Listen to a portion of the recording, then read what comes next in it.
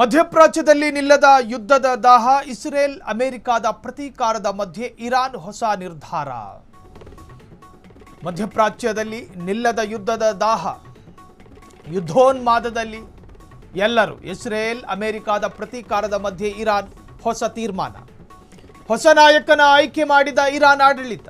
ಹಂಗಾಮಿ ನಾಯಕ ಅಂತ ಹೇಳಿ ಒಬ್ಬರು ಆಯ್ಕೆಯಾಗಿದ್ರು. ಇರಾನ್ ನೂತನ ಸರ್ವೋಚ್ಚ ನಾಯಕನಾಗಿ ಖಮೇನಿ ಪುತ್ರ ಮೊಜ್ತಬಾ. ಇರಾನ್ನ ಇಂಟರ್ನ್ಯಾಷನಲ್ ಸುದ್ದಿ ಸಂಸ್ಥೆ ವರದಿ ಮಾಡಿದೆ. 56 ವರ್ಷದ ಮೊಜ್ತಬಾ ದೇಶದ ನಿಯಂತ್ರಣ ವಹಿಸಿಕೊಳ್ಳೋದಕ್ಕೆ ಆಯ್ಕೆ. ದೀರ್ಘಕಾಲದ ನಾಯಕನಾಗಿ ಮುಂದುವರೆಸೋದಕ್ಕೆ ನಿರ್ಧಾರ. ಧರ್ಮಗುರು ಅಯತೊಲ್ಲಾ ಅಲಿರೆಜಾ ಅರಾಫಿ ಮಧ್ಯಂತರ ಸರ್ವೋಚ್ಚ ನಾಯಕನನ್ನಾಗಿ ಆಯ್ಕೆ ಮಾಡಿತ್ತು ಇರಾನ್. ಈಗ ಮುಜ್ತಬಾರಿಗೆ ಶಾಶ್ವತವಾದಂತಹ ನಾಯಕನನ್ನಾಗಿ ಮಾಡೋದಕ್ಕೆ ತೀರ್ಮಾನ ಮಾಡಿಕೊಂಡಿದೆ.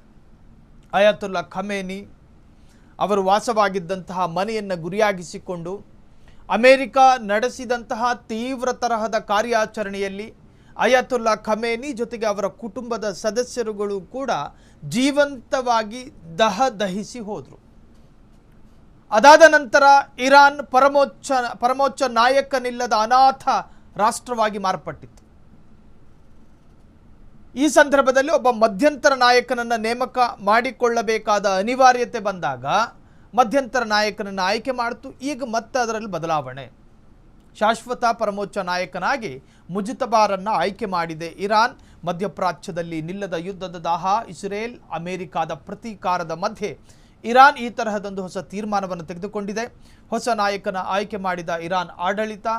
ಇರಾನ್ ನೂತನ ಸರ್ವೋಚ್ಚ ನಾಯಕನಾಗಿ ಖಮೇನಿ ಪುತ್ರ ಮೊಜ್ತಬಾ ಆಯ್ಕೆಯಾಗಿದ್ದಾರೆ. ಇರಾನ್ನ ಇಂಟರ್ನ್ಯಾಷನಲ್ ಸುದ್ದಿ ಸಂಸ್ಥೆ ವರದಿ ಮಾಡಿದೆ. 56 ವರ್ಷದ ಮೊಜ್ತಬಾ ದೇಶದ ನಿಯಂತ್ರಣ ವಹಿಸಿಕೊಳ್ಳೋದಕ್ಕೆ ಆಯ್ಕೆಯಾಗಿದ್ದಾರೆ. ಒಟ್ಟಾರೆ ಧರ್ಮಗುರು ಅಯತೊಲ್ಲಾ ಅಲಿರೆಜಾ ಅರಾಫಿ ಮಧ್ಯಂತರ ಸರ್ವೋಚ್ಚ ನಾಯಕನಾಗಿದ್ದರು. ಈಗ ಶಾಶ್ವತ ನಾಯಕನಾಗಿ ಹೊಸ ನಾಯಕನನ್ನು ಇರಾನ್ ಆಯ್ಕೆ ಮಾಡಿದೆ. ಕ್ಷಣ ಕ್ಷಣದ ಸುದ್ದಿಗಳಿಗಾಗಿ ಫ್ರೀಡಂ ಟಿವಿ ಸಬ್ಸ್ಕ್ರೈಬ್ ಮಾಡಿ, ಲೈಕ್ ಮಾಡಿ ಹಾಗೂ ಫಾಲೋ ಮಾಡಿ. ಹೊಸ ಸುದ್ದಿಗಳ ನೋಟಿಫಿಕೇಶನ್ಗಾಗಿ ಬೆಲ್ ಐಕಾನ್ ಮೇಲೆ ಕ್ಲಿಕ್ ಮಾಡಿ.